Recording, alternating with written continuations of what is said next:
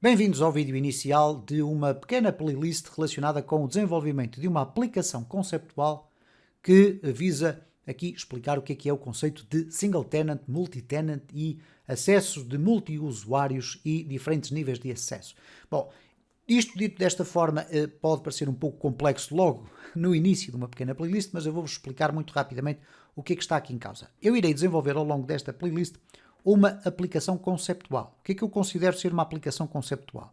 Não é um gestor de estoques, não é um gestor de uma escola. Não, é uma aplicação que não tem uma finalidade específica a não ser mostrar-vos conceptualmente como é que vocês podem controlar o acesso de utilizadores, as permissões que eles têm dentro de uma determinada aplicação para conseguir ver ou não determinadas funcionalidades ou determinadas informações.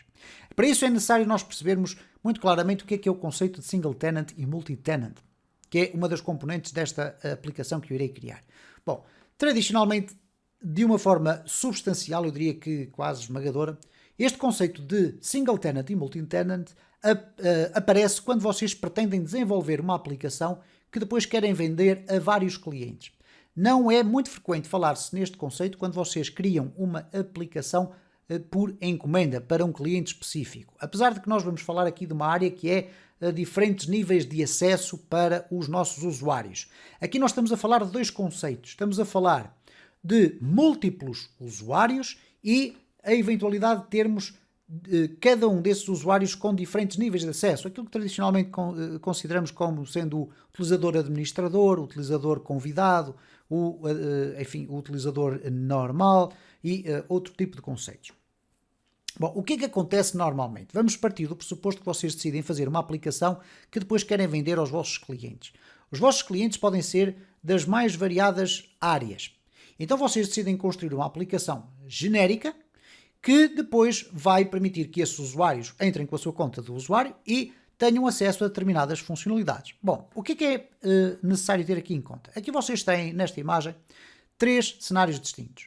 Tem aquilo que se chama uma aplicação single tenant. O que é que isto significa? Vocês desenvolveram uma aplicação, a tal app que ali está, e para cada cliente que pretende utilizar a vossa aplicação, vocês vão ter tudo separado, isto é, vão ter a vossa app copiada 3 vezes, no exemplo que ali está a ser apresentado, e para cada uma dessas apps ela tem a sua respectiva base de dados, o banco de dados. O que é que isto significa na prática? Que vocês vão ter 3 ambientes a funcionar de forma completamente autónoma. Okay? É a mesma aplicação porque vocês copiaram o código de uma para a outra, portanto replicaram o projeto e replicaram também o esquema da base de dados. Depois, obviamente, que os dados que são guardados na base de dados a laranja são diferentes dos da base de dados verde e azul, mas a estrutura é a mesma. A aplicação é a mesma, a estrutura é a mesma, os dados são diferentes. O que acontece aqui é um pequeno problema, um pequeno grande problema, é que sempre que vocês quiserem fazer uma atualização à vossa aplicação, vocês vão ter que voltar a replicar a vossa aplicação pelos clientes todos que vocês tiverem. E se vocês tiverem a aplicação replicada, por exemplo, por pastas dentro de um servidor, vocês vão ter que atualizar isso tudo. Portanto, a atualização da vossa aplicação não é automática para toda a gente, a não ser que vocês façam isso com um desligamento de um servidor para que o serviço não esteja disponível e vocês atualizam esse processo durante o tempo que for necessário, dependendo do número de clientes. Se vocês tiverem 1000 clientes vai ser bastante complicado, porque vão ter que recriar 1000 pastas com as atualizações que vocês fizeram e a alteração das bases de dados. Portanto, pode ser até um processo bastante demorado, dependendo do volume de clientes que vocês têm. Depois temos ali o cenário do meio que diz Multi-Tenant Option 1, que os termos não têm nada a ver com algum tipo de padrão de linguagem, é apenas uma organização. Então, no Multi-Tenant vocês têm várias soluções possíveis. Okay? Uma delas é a seguinte: vocês têm a vossa aplicação que é utilizada por todos os vossos clientes. Isto é, existe uma base de dados para a gestão dos acessos dos vossos clientes e a partir do momento em que vocês entram dentro da aplicação, a aplicação vai fazer as comunicações com bancos de dados diferentes. Qual é a grande diferença relativamente à primeira opção que nós vimos do single tenant?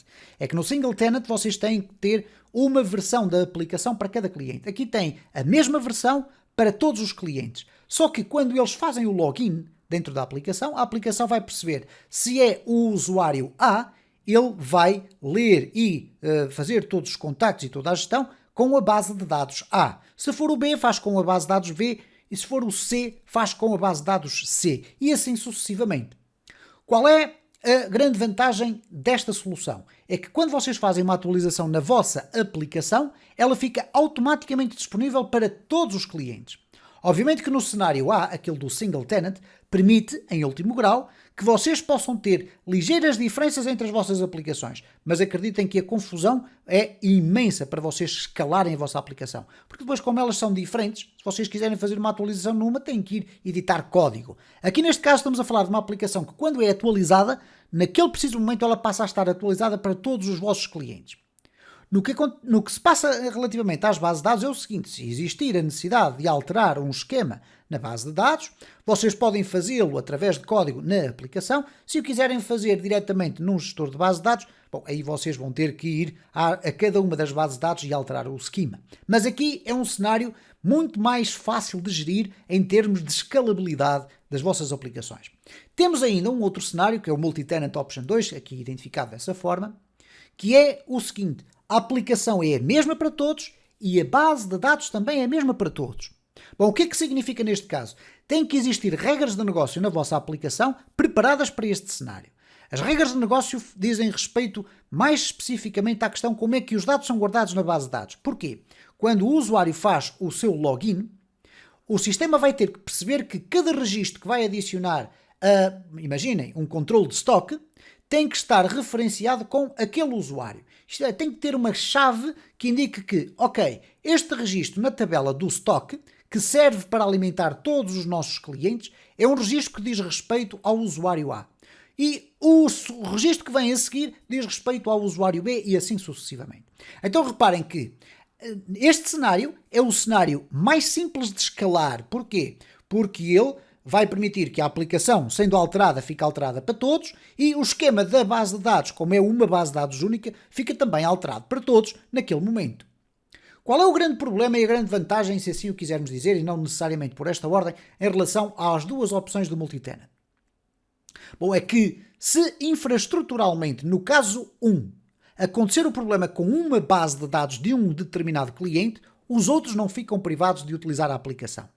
Só aquele cliente é que, por uma razão qualquer, fez qualquer coisa e provocou um desastre na sua base de dados, não influencia a base de dados dos outros. E, portanto, os vossos outros clientes estão a salvo, continuam a usar a aplicação. Na opção 2, nós não temos essa circunstância. Temos um problema maior. É que, se um dos vossos usuários criar, por alguma circunstância inexplicável, um crash na vossa base de dados, todos os outros vossos clientes também vão estar impedidos de utilizar a aplicação. Então é muito importante vocês, quando estão a equacionar qual é o tipo de aplicação que vão criar, escolher exatamente qual é a forma como vocês querem escalar a vossa aplicação. Muito sinceramente, e isto é uma opinião pessoal, num cenário em que vocês querem criar um SaaS, a primeira opção de single tenant parece-me ser a menos interessante. É menos interessante pelos casos que eu já referenciei relativamente à escalabilidade. A segunda opção, que aparece ali como option 1, isto é, a opção do meio, a mim, muito sinceramente, parece-me aquela que é potencialmente mais fácil de resolver e que menos problemas vos irá trazer. A aplicação é a mesma, as bases de dados são diferentes, faz com que o conjunto de dados esteja separado por cliente e, portanto, vocês possam, inclusive, desativar um cliente, removendo a base de dados dele, etc., fazendo circunstâncias dessas, ou se houver um problema na base de dados dele, não vai afetar as bases de dados dos outros.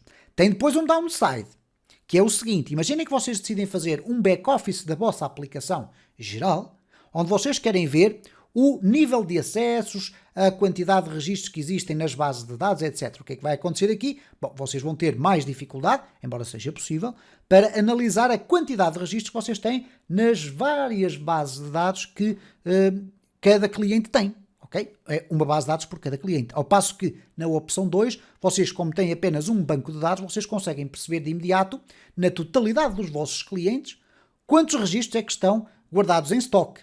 E até por cada cliente, ok? Bom, mas tudo isto é solucionável. Eu pessoalmente prefiro o modelo Option 1, por questões de segurança relacionadas com as bases de dados.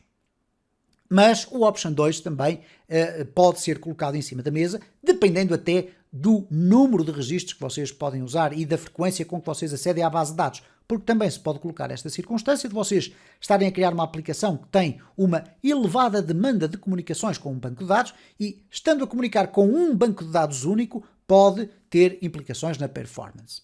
Bom, o que é que eu irei fazer aqui nesta playlist? E isto foi já na sequência do pedido que eu fiz num outro vídeo do meu canal, pedindo que tipo de projetos é que vocês gostariam de ver aqui desenvolvidos, e uma das sugestões foi exatamente esta: desenvolver uma aplicação multi-tenancy, com multi-tenancy, neste caso em Laravel, mas eu vou desenvolver com CodeIgniter 4 e depois irei fazer futuramente uma versão exatamente igual, conceptual, mas com o Laravel, ok?